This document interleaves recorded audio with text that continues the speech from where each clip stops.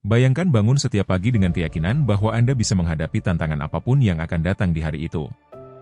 Bayangkan memiliki kekuatan batin yang begitu kuat sehingga tidak ada yang bisa mengguncang kedamaian Anda. Apakah itu mungkin?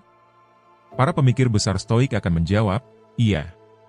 Seneca, salah satu tokoh utama Stoikisme, pernah berkata, jika Anda tidak tahu kemana Anda pergi, tidak ada angin yang menguntungkan. Pemikiran mendalam ini mengajak kita merenungkan arah yang kita berikan pada hidup kita. Pernahkah Anda bertanya pada diri sendiri apakah Anda benar-benar mengendalikan hidup Anda? Atau apakah Anda membiarkan emosi, keadaan eksternal, dan pendapat orang lain menentukan pilihan Anda? Hari ini, saya ingin mengundang Anda untuk memulai perjalanan. Sebuah perjalanan yang dapat mengubah cara Anda melihat dunia dan diri Anda sendiri. Mari kita jelajahi bersama prinsip-prinsip Stoikisme yang tidak hanya telah teruji oleh waktu, tetapi juga terus menawarkan kebijaksanaan praktis untuk menjalani hidup yang seimbang dan bermakna. Dalam pembahasan ini, Anda akan menemukan bagaimana Stoikisme dapat membantu Anda mengatasi emosi yang merusak, mengembangkan pengendalian diri, dan membangun kekuatan batin yang tak tergoyahkan. Tapi sebelum itu, izinkan saya berbagi sebuah cerita. Bayangkan seorang pria bernama Epictetus. Dia tidak lahir dalam kemewahan, justru sebaliknya. Epictetus adalah seorang budak, hidup dalam kondisi yang sangat sulit. Namun, dia menolak untuk didefinisikan oleh situasinya. Dia percaya bahwa meskipun kita tidak dapat mengendalikan apa yang terjadi di sekitar kita, kita memiliki kendali penuh atas bagaimana kita memilih untuk bereaksi. Dengan keyakinan ini, dia melampaui keadaan hidupnya dan menjadi salah satu guru filsafat terbesar dalam sejarah. Inilah inti dari Stoikisme, mengendalikan diri sendiri, terlepas dari kekacauan eksternal. Tapi bagaimana menerapkannya dalam kehidupan sehari-hari kita? Mari kita eksplorasi prinsip-prinsip utama yang menjadi inti dari filosofi ini. Prinsip pertama, apa yang ada di bawah kendali Anda dan apa yang tidak. Marcus Aurelius, seorang kaisar filosof besar, memberikan salah satu pelajaran terpenting dari Stoikisme, membedakan antara apa yang ada di bawah kendali kita dan apa yang tidak. Dia menulis, jika Anda terganggu oleh sesuatu yang eksternal, rasa sakit itu bukan berasal dari hal itu sendiri, melainkan dari penilaian Anda terhadapnya. Mari kita renungkan, berapa kali kita membiarkan sesuatu yang tampaknya kecil mengganggu ketenangan kita? Mungkin kemacetan yang membuat kita terlambat, komentar yang tidak menyenangkan dari seseorang, atau bahkan kesalahan yang kita buat. Kenyataannya, sebagian besar penderitaan yang kita alami tidak berkaitan langsung dengan peristiwa itu sendiri, tetapi dengan cara kita menafsirkannya dan bereaksi terhadapnya. Bayangkan sebuah situasi di mana seseorang memberikan kritik keras kepada Anda. Kritik itu sendiri hanyalah sekumpulan kata. Namun, itu bisa memicu badai emosi dalam diri Anda, kemarahan, kesedihan, atau bahkan rasa malu. Mengapa? Karena Anda menafsirkan kata-kata itu sebagai serangan pribadi atau ancaman terhadap harga diri Anda. Tapi bagaimana jika Anda memilih penafsiran yang berbeda? Bagaimana jika Anda melihat kritik itu sebagai kesempatan untuk belajar atau hanya sebagai opini yang tidak mencerminkan siapa Anda sebenarnya? Inilah inti dari prinsip ini, memahami bahwa meskipun kita tidak dapat mengontrol perilaku atau pendapat orang lain, kita memiliki kendali penuh atas bagaimana kita memilih untuk bereaksi terhadapnya. Metafora pemanah, yang sering digunakan dalam Stoikisme, menggambarkan ide ini dengan sempurna.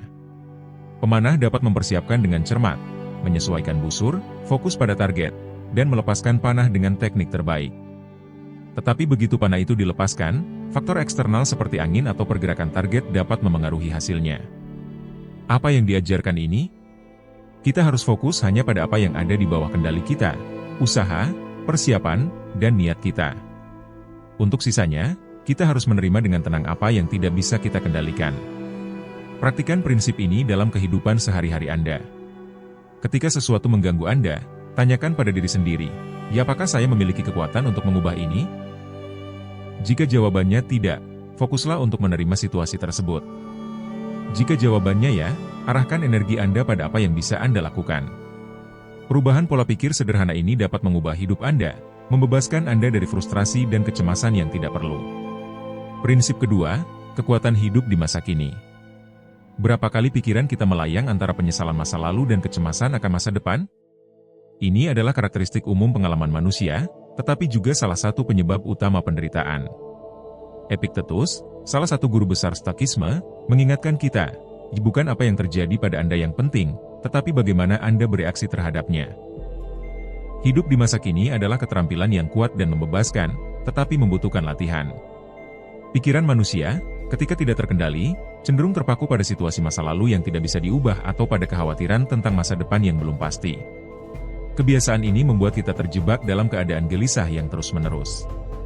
Untuk memahami pentingnya masa kini, pertimbangkan contoh ini, Anda sedang makan malam spesial bersama keluarga. Namun, alih-alih menikmati momen itu, pikiran Anda sibuk memikirkan masalah pekerjaan yang mungkin tidak akan pernah terjadi. Hasilnya, Anda kehilangan kesempatan untuk menciptakan kenangan berharga karena secara fisik hadir, tetapi secara emosional tidak. Stokisme mengajarkan kita bahwa masa kini adalah satu-satunya tempat di mana kita memiliki kendali. Masa lalu tidak dapat diubah, itu sudah terjadi. Masa depan belum ada dan karena itu, tidak dapat dikontrol. Oleh karena itu, berfokus pada masa kini adalah kunci untuk kedamaian batin dan kehidupan yang lebih seimbang. Latihan praktis untuk membawa pikiran Anda kembali ke masa kini adalah praktik perhatian penuh. Setiap kali Anda menyadari bahwa Anda terjebak dalam pikiran tentang masa lalu atau masa depan, tanyakan pada diri sendiri, "Ya, apa yang bisa saya lakukan sekarang untuk memperbaiki situasi ini?" Pertanyaan sederhana ini membantu mengarahkan kembali energi mental Anda pada apa yang benar-benar penting, di sini dan sekarang. Latihan stoik lainnya adalah merenung setiap hari. Jika ini adalah hari terakhir saya, apa yang akan saya lakukan berbeda? Ini membantu menghilangkan gangguan dan memaksa kita untuk menghargai masa kini, membuat pilihan yang lebih sadar dan selaras dengan nilai-nilai kita. Akhirnya, ingatlah bahwa hidup di masa kini tidak berarti mengabaikan masa lalu atau mengabaikan masa depan. Sebaliknya, ini berarti belajar dari masa lalu, merencanakan masa depan dengan bijak, tetapi tidak membiarkan keduanya mencuri apa yang paling berharga, momen yang sedang terjadi sekarang. Lagi pula, hanya di masa kini kita dapat bertindak, memutuskan, dan benar-benar hidup. Prinsip ketiga, kebajikan sebagai satu-satunya kebaikan sejati. Bagi para stoik, kebahagiaan sejati tidak tergantung pada harta benda, ketenaran, atau kekuasaan. Kebahagiaan ditemukan dalam menjalani hidup secara berbudi luhur, yaitu bertindak dengan akal sehat, keadilan, keberanian, dan pengendalian diri. Seneca pernah berkata, kekayaan adalah pelayan bagi orang bijak dan tuan bagi orang bodoh. Kalimat ini mengajak kita untuk merenungkan apa yang benar-benar kita nilai dalam hidup. Dalam Stoikisme, kebajikan bukan hanya konsep abstrak, tetapi panduan praktis untuk setiap pilihan dan tindakan kita. Kebijaksanaan berarti membuat keputusan yang sadar, berdasarkan akal dan pertimbangan yang matang. Keberanian hadir ketika kita menghadapi tantangan hidup tanpa menyerah pada rasa takut. Keadilan terlihat dari perlakuan yang adil terhadap orang lain dan upaya untuk kebaikan bersama. Pengendalian diri membantu kita menghindari tindakan berlebihan, menjaga keseimbangan dalam emosi dan keinginan kita. Prinsip-prinsip ini dapat diterapkan dalam setiap situasi sehari-hari. Ketika Anda memilih untuk tidak membalas provokasi, Anda sedang melatih pengendalian diri. Ketika Anda menepati janji meskipun sulit, Anda menunjukkan keadilan. Ketika Anda menghadapi masalah tanpa melarikan diri, Anda mempraktikkan keberanian. Latihan kebajikan yang konsisten akan mengubah cara pandang Anda terhadap dunia dan memperkuat karakter Anda. Seringkali, kita terjebak dalam pencarian hal-hal yang dangkal, seperti status, barang mewah, atau pengakuan orang lain. Stoikisme mengingatkan kita bahwa semua itu bersifat sementara. Kekayaan sejati ada dalam karakter kita, dalam siapa diri kita saat tidak ada yang memperhatikan. Seseorang yang bertindak berbudi luhur akan tetap tak tergoyahkan, karena kebahagiaannya tidak tergantung pada faktor eksternal. Dengan mengadopsi filosofi ini, kita menemukan kedamaian batin yang melindungi kita dari badai kehidupan. Prinsip keempat, memento mori, ingat bahwa Anda akan mati. Memento mori, adalah salah satu konsep terdalam dalam Stoikisme. Dalam bahasa Latin, ini berarti, ingatlah bahwa Anda akan mati. Ide ini bukanlah sesuatu yang suram atau menakutkan, melainkan panggilan untuk kesadaran penuh.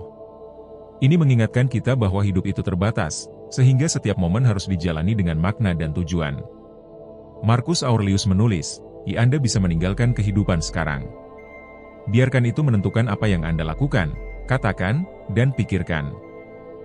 Kalimat ini mendorong kita untuk memikirkan ulang bagaimana kita menghabiskan waktu kita. Apakah kita memprioritaskan hal-hal yang benar-benar penting? Seberapa sering kita tersesat dalam gangguan dan kekhawatiran sepele, lupa bahwa waktu adalah sumber daya kita yang paling berharga? Merenungkan kematian bukanlah sesuatu yang seharusnya membuat kita takut, melainkan memotivasi kita.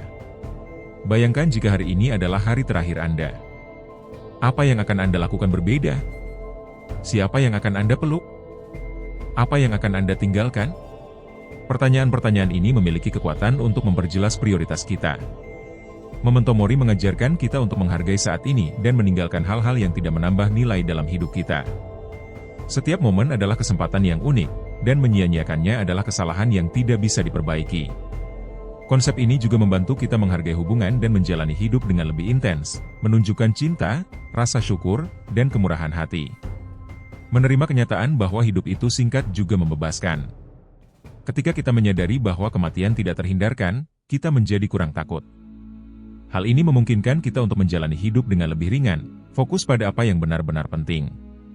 Alih-alih takut akan akhir, kita belajar untuk hidup dengan tujuan dan keberanian, menikmati setiap hari sebagai hadiah yang berharga. Prinsip kelima, cintai takdir amor fati. Stokisme mengajarkan kita untuk menerima semua yang terjadi dalam hidup, baik momen yang menyenangkan maupun yang sulit, dengan ketenangan dan bahkan rasa syukur. Gagasan ini, yang dikenal sebagai amor fati, atau cinta kepada takdir, bukan berarti kita harus pasrah atau menyerah. Sebaliknya, ini adalah ajakan untuk menemukan nilai dalam setiap situasi, bahkan yang paling menantang. Bayangkan sebuah situasi sulit yang pernah Anda hadapi, seperti kehilangan pekerjaan, putus hubungan, atau menghadapi penyakit. Saat itu, rasanya menyakitkan dan tidak adil. Namun, seiring waktu, Anda mungkin menyadari bahwa pengalaman itu membawa pelajaran, peluang baru, atau membuat Anda lebih kuat. Inilah kekuatan amor fati, mengubah penderitaan menjadi pertumbuhan.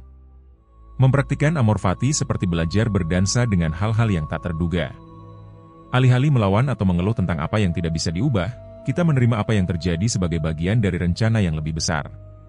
Setiap hambatan adalah kesempatan untuk berkembang, setiap kegagalan adalah pelajaran, dan setiap kehilangan adalah undangan untuk lebih menghargai apa yang kita miliki. Penerimaan aktif ini membantu kita menjalani hidup dengan lebih ringan. Daripada menghabiskan energi untuk mencoba mengubah apa yang telah terjadi atau menolak yang tak terhindarkan, kita fokus pada apa yang dapat kita kendalikan, sikap dan reaksi kita.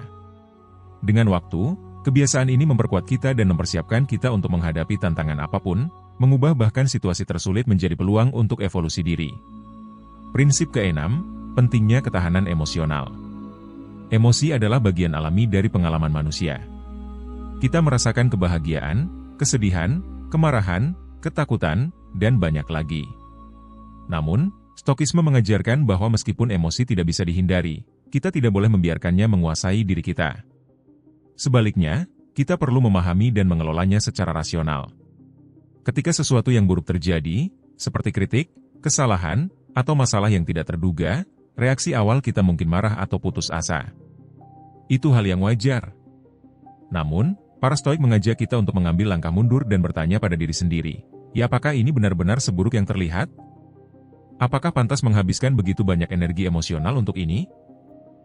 Sebagai contoh, bayangkan Anda dikritik di tempat kerja. Anda bisa merasa terluka dan membiarkan hal itu merusak hari Anda, atau Anda bisa melihatnya sebagai kesempatan untuk belajar dan berkembang. Pilihan inilah yang menunjukkan ketahanan emosional. Menjadi tangguh bukan berarti menekan emosi, tetapi memahami dan meresponsnya dengan seimbang. Tanyakan pada diri sendiri, apakah situasi ini masih akan penting sebulan atau setahun dari sekarang? Seringkali, Anda akan menyadari bahwa hal-hal yang mengganggu kita hari ini tidak terlalu penting dalam jangka panjang. Berlatih ketahanan emosional itu seperti melatih otot. Mulailah dengan situasi kecil. Ketika sesuatu yang menjengkelkan terjadi, tarik napas dalam-dalam dan coba lihat situasi itu secara objektif. Lambat laun, Anda akan merasa lebih mampu menghadapi tantangan yang lebih besar tanpa kehilangan keseimbangan emosional. Kekuatan emosional ini tidak hanya membantu kita menangani masalah sehari-hari dengan lebih baik, tetapi juga membuat kita lebih percaya diri dan siap menghadapi kesulitan yang lebih besar di masa depan. Pada akhirnya, kekuatan sejati terletak pada kemampuan untuk tetap tenang dan jernih, bahkan di tengah kekacauan. Prinsip ketujuh, kesederhanaan sebagai gaya hidup. Para Stoik percaya bahwa kebahagiaan sejati tidak datang dari mengumpulkan barang-barang materi atau mengejar ketenaran dan kekuasaan. Sebaliknya, kebahagiaan ditemukan dalam menjalani kehidupan yang sederhana dan berfokus pada apa yang benar-benar penting. Epictetus pernah berkata, kekayaan bukanlah memiliki banyak hal, tetapi membutuhkan sedikit. Pikirkan sejenak, apakah semua yang Anda kejar, beli, atau inginkan benar-benar membawa kebahagiaan? Seringkali, kita begitu sibuk mencoba mendapatkan lebih banyak hal hingga lupa menikmati apa yang sudah kita miliki. Stokisme mengajak kita untuk hidup lebih ringan, tanpa terlalu terikat pada konsumsi atau pencarian yang tak berujung. Hidup dengan kesederhanaan berarti menghargai apa yang benar-benar penting, seperti waktu bersama keluarga, persahabatan yang tulus, pembelajaran, dan momen kedamaian. Kebahagiaan ditemukan dalam hal-hal kecil, seperti membaca buku yang bagus, percakapan bermakna, atau saat-saat tenang. Ketika kita hidup sederhana, kita membebaskan diri dari kekhawatiran yang tidak perlu dan memiliki lebih banyak energi untuk fokus pada apa yang benar-benar membawa kebahagiaan dan tujuan. Kesederhanaan mengajarkan kita bahwa hal-hal penting tidak terletak pada benda, tetapi pada cara kita menjalani hidup dan apa yang kita bagikan dengan orang lain. Stokisme bukanlah filosofi yang kuno atau sulit dijangkau. Ini adalah panduan praktis untuk kehidupan modern, sebuah jalan menuju kebebasan batin dan kebahagiaan sejati. Dengan mengadopsi prinsip-prinsip ini, Anda bisa mengubah cara pandang terhadap dunia dan diri Anda sendiri. Jika Anda membaca ini hingga akhir, saya ingin berterima kasih atas dedikasi Anda dalam mencari sesuatu yang lebih berarti dalam hidup. Jangan lupa bagikan pemikiran ini dengan orang lain, dan mari kita terus belajar dan tumbuh bersama. Sampai jumpa!